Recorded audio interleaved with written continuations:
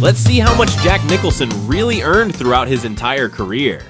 We're talking about one of Hollywood's most iconic actors, a man whose devilish grin and unpredictable performances made him a legend. But what most people don't know is the incredible financial journey that took him from earning just $500 for a single day's work to becoming one of the highest paid actors in movie history. Today, we're diving deep into every single paycheck Jack Nicholson ever received, from his earliest B-movie appearances to his final blockbuster roles. Jack's journey began in 1958 with The Crybaby Killer, where he earned an estimated $1,500. This was his very first film role, and here's something most people don't know. Nicholson was so unknown at the time that he had to audition multiple times just to land this small part in what was essentially a juvenile delinquent exploitation film. The movie was made for practically nothing, and Jack's payment reflected that reality. 2 years later, in 1960, Jack appeared in Too Soon to Love for an estimated $2,000. But that same year became incredibly busy for the young actor. He earned $2,500 for The Wild Ride, another low-budget thriller. Then came what might be his most famous early role, even though it paid almost nothing. In The Little Shop of Horrors, Nicholson played Wilberforce for just $500. Here's the amazing part. His entire performance was filmed in just 2 days, and the movie that would later become a cult classic and inspire a Broadway musical was shot in only 2 days total. Nicholson's scenes were actually filmed on the second day of production. Before we continue with Jack's incredible salary evolution, make sure to hit that subscribe button and ring the notification bell so you never miss our deep dives into Hollywood's biggest earners. Trust me, the numbers we're about to reveal will absolutely blow your mind. Also in 1960, he earned $2,000 for Studs Lonigan. The following year was quiet, but 1962 brought The Broken Land and another $2,500 payday. This pattern continued into 1963 with The Raven, where he earned $3,000 working alongside horror legends Vincent Price and Boris Karloff.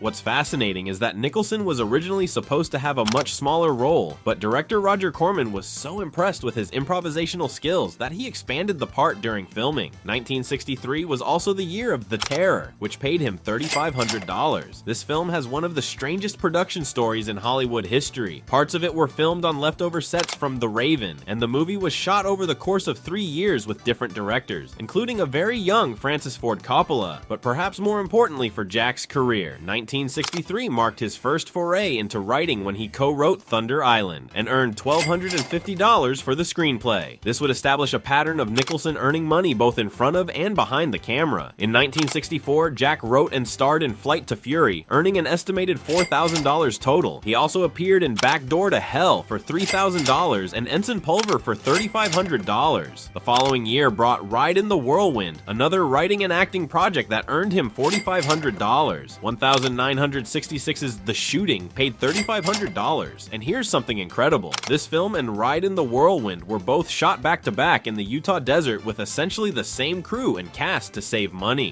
1967 was a significant year with 3 projects. The St. Valentine's Day Massacre earned him $5,000. Hell's Angels on Wheels brought in $4,000. And he wrote The Trip for another $1,250 writing fee. The Trip was actually inspired by Jack's own experiences with LSD, and the script he wrote was considered so authentic that it became a cult classic among the counterculture movement. If you're enjoying these behind-the-scenes Hollywood salary secrets, smash that like button and let me know in the comments which actor's earnings you want us to investigate next. We're just getting to the good stuff where Jack's paychecks start reaching insane levels. 1968 brought 2 more projects. He wrote and appeared in Head for an estimated $2,000 total and starred in Psych Out for $5,000. But everything changed in 1969 with Easy Rider. This was the role that would transform Jack Nicholson from a B-movie actor into a Hollywood star, and he earned $25,000 for playing George Hansen. What most people don't realize is that Nicholson wasn't even the first choice for this role.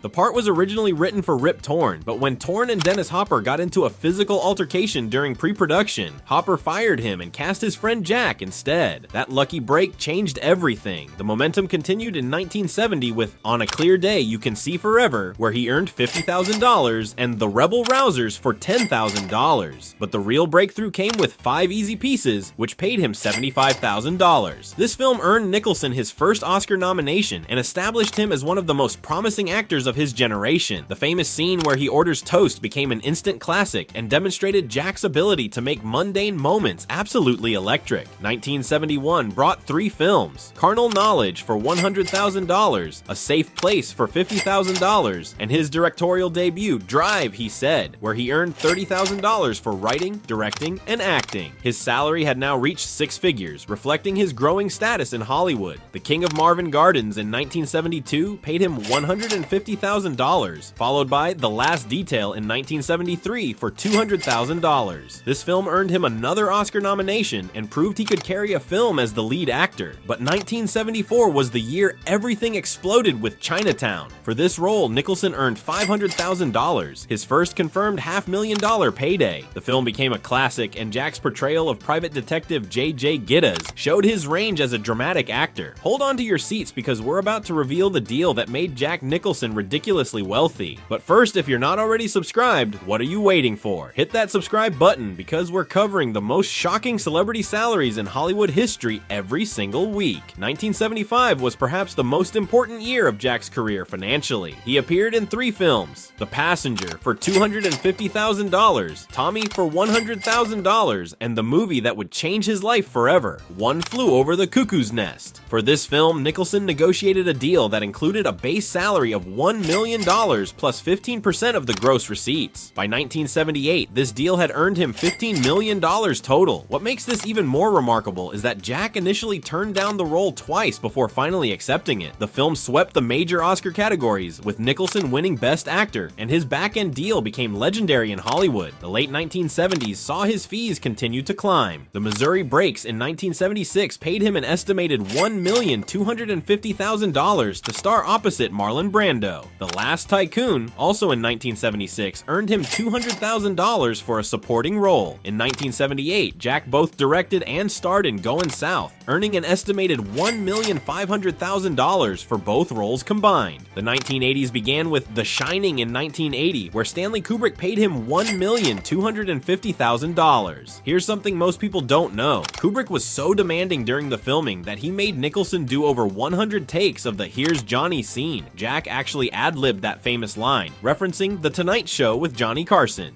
1981 brought 2 major films: The Postman Always Rings Twice for an estimated $1,500,000 and Reds for $1 million. By 1983's Terms of Endearment, his confirmed salary was $1 million, and this role would earn him another Oscar, this time for Best Supporting Actor. The mid-1980s saw Jack's fees reach new heights. Prizzy's Honor in 1985 earned him an estimated $4 million, as did Heartburn in 1986, but 1987 brought 2 massive paydays. The Witches of Eastwick paid him $6 million confirmed, and Ironweed earned him an estimated $5 million. 1988's brief cameo in Broadcast News was estimated at $50,000, showing that even his small appearances commanded significant money. And then came 1989 and Batman. This was the deal that changed everything in Hollywood. Nicholson negotiated $6 million up front, plus a percentage of box office receipts and merchandising. When all was said and done, he earned $60 million from this single film. What's incredible is that Jack was initially hesitant to play a comic book villain, but his agent convinced him by showing him the merchandising potential. The Joker toys, t-shirts, and other products made Nicholson more money than any actor had ever earned from a single role. The 1990s began with The Two Jakes in 1990, where Jack earned an estimated $7 million for reprising his Chinatown character and directing the film. Man Trouble in 1992 paid him $6 million,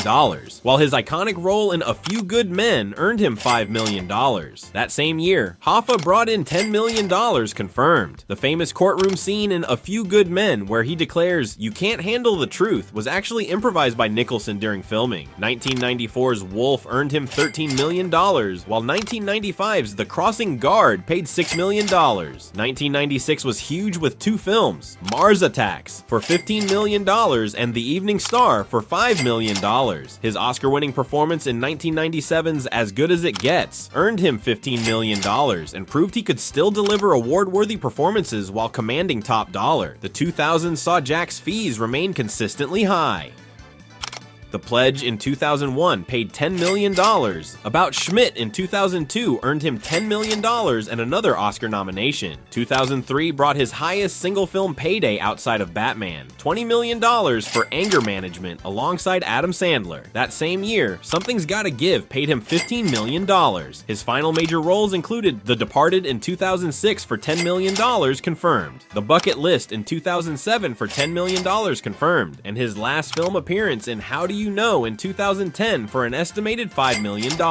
When you add up every single payment from his 60-year career, Jack Nicholson's total estimated career earnings come to an astounding $100 million and $60,258,750. From that $500 day on The Little Shop of Horrors to $60 million for playing the Joker, Jack Nicholson's financial journey through Hollywood is nothing short of extraordinary. His career proves that talent, persistence, and smart deal-making can transform a struggling B-movie actor into one of the wealthiest performers in entertainment history. If this video blows your mind, make sure to subscribe and hit that notification bell because we're diving into more shocking celebrity salary breakdowns every week. Drop a comment and let me know which actor or actress you want us to investigate next. And don't forget to like this video if you learned something new about Hollywood's biggest earner.